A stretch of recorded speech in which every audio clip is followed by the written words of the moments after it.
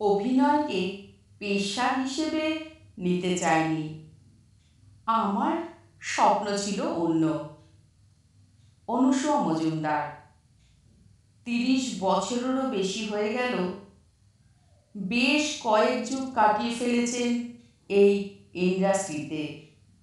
ধানবাদ থেকে কলকাতার যাত্রাপথ কেমন ছিল অনুসুয়ার? কোনো এক ইন্টারভিউতে ওনাকে প্রশ্ন করা হয়েছিল, শুনে নিন অভিনেত্রী অনুসুয়া মজুমদারের উত্তর। শুভ জন্মদিন। অনেক অনেক ধন্যবাদ। এই দিনটা আপনার কিভাবে কাটাতে ভালো লাগে? জন্মদিন এখন আমার কাছে অতটা বিশেষ কিছু নয়। বছরের পর বছর এইভাবে কাজের মধ্যে কাটিয়ে দিতে পারলেই হলো। এই দিনে তো আমি বেশি করে কাজ করি, কোনো ছুটি নেই। সবার সঙ্গে থেকে উদযাপনের আনন্দই তো অন্যরকম, তাই না? কটা বসন্ত পার করলেন, পাঠকদের বলা যায় কি? না, সেটা তো বলা যাবে না, একদমই বলা যাবে না। আর ইন্ডাস্ট্রিতে কটা বসন্ত দেখলেন? সঠিক সংখ্যা বলতে পারবো না, তবে বহু বহু বছর কাটিয়ে ফেললাম। তখন চাকরি করতাম, তখন থেকেই পাশাপাশি অভিনয় করতাম। তখন অবশ্য নিয়মিত কাজ করা হতো না। 2006 চাকরি ছাড়ি।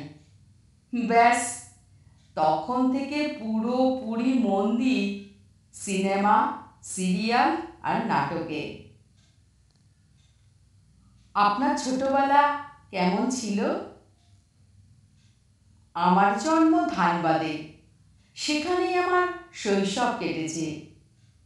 তারপর বাবা মারা যাওয়ার পর মা আমাদের নিয়ে কলকাতা চলে আসেন। বাবাকে অনেক ছোটবেলায় হারিয়েছি। লরেটো কলেজে পড়তাম। অভিনয়ের সঙ্গে আমার পড়াশোনার কোনো যোগ নেই কিন্তু। তাহলে অভিনয় জীবন কিভাবে শুরু হলো? বিষয় আলাদা হলেও কলেজ থেকেই কিন্তু শুরু অভিনেত্রী অনুসুয়ার জীবন। আমার অধ্যাপকরা খুব উৎসাহ দিতেন, সিনিয়ররাও খুব অনুপ্রেরণা যোগাতেন।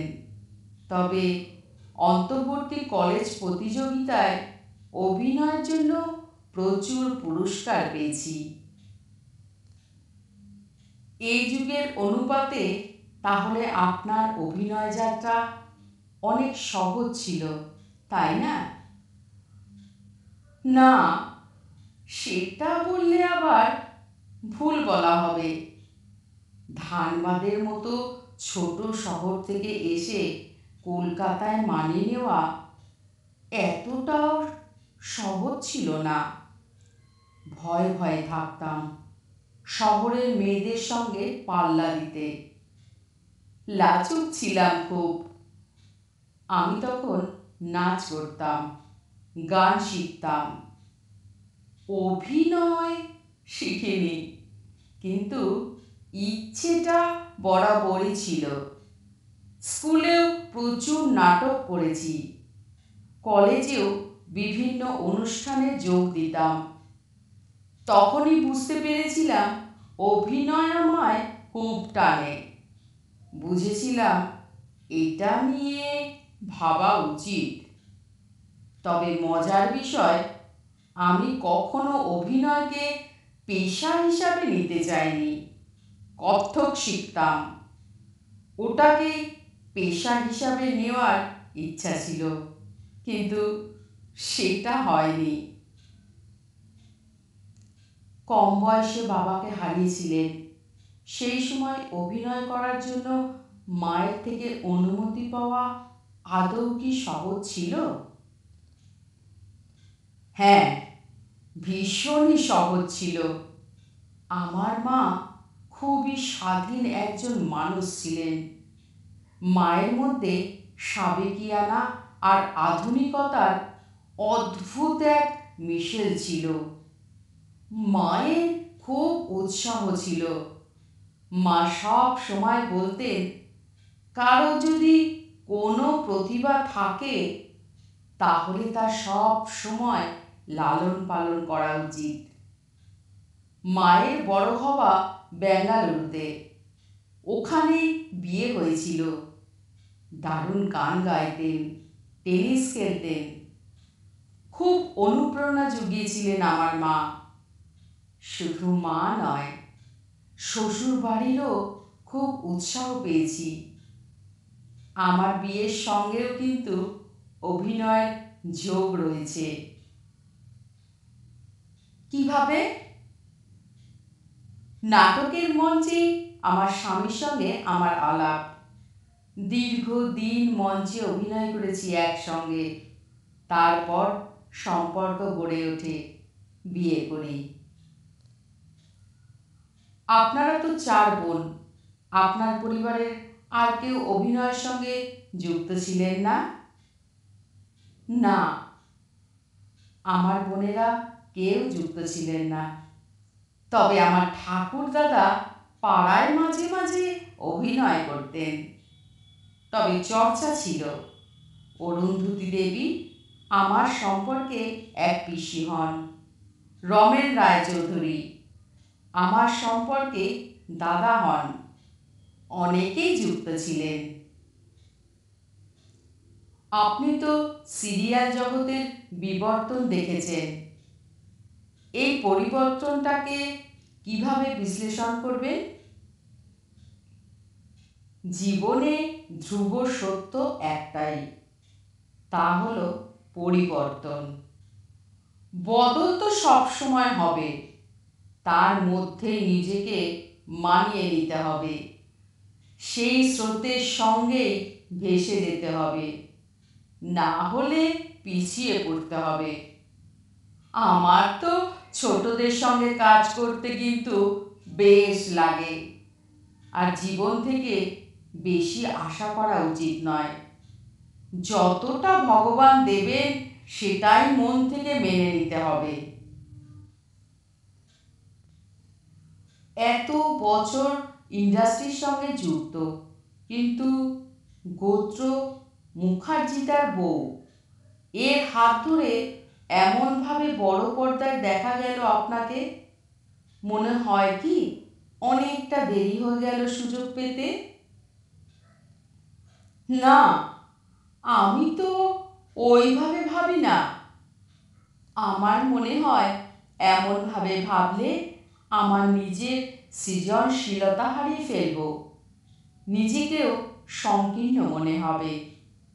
আগে হয়নি, এখন হচ্ছে, তাতে ক্ষতির কি আছে? সেভাবেই দেখি। ভগবান চেয়েছেন সাফল্য, দেরি করে আসুক, তাই এসেছে। আর আগে কিন্তু বুদ্ধদেব দাশগুপ্তর মতন পরিচালকের ছবিতেও আমি কাজ করেছি।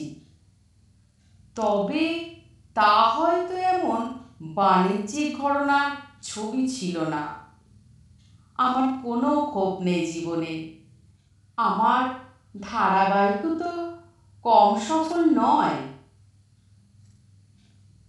ধারাবাহিকেও কখনো আপনি আধুনিক, কখনো আবার আটপৌরে মধ্যবিত্ত বাড়ির ঠাম্মা, দুই ভিন্ন মেরুর চরিত্রে সমান সাবলীল। কিভাবে? আমায় যে এমন সুযোগ দেওয়া হয়েছে তাতেই খুশি। আমি এক একটা চরিত্র এক এক রকমভাবে করার চেষ্টা করেছি। দর্শকও গ্রহণ করেছেন। আর ইংরেজি ভাষায় পড়াশোনা করেছি বলে আধুনিকতার চরিত্রে সমস্যা হয়নি। তবে বাংলাটা আমায় শিখতে হয়েছে, কারণ ধানবাদে তো মোটেই বাংলার চল ছিল না। এমন কোনো ইচ্ছা অপূর্ণ আছে কি?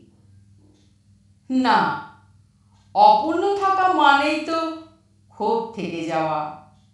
জীবনে যতটুকু পেয়েছি তাতেই আমি খুশি। যা পাইনি তা নিয়ে কোনো আক্ষেপ নেই। এই লেখাটি আমার সোশ্যাল মিডিয়া থেকে সংগৃহীত। যিনি লিখেছেন এবং যিনি পোস্ট করেছেন ওনাদের দুজনকেই জানাই আমার এবং আমার পরিবারের তরফ থেকে অসংখ্য অসংখ্য ধন্যবাদ, ভালোবাসা ও প্রণাম। নমস্কার।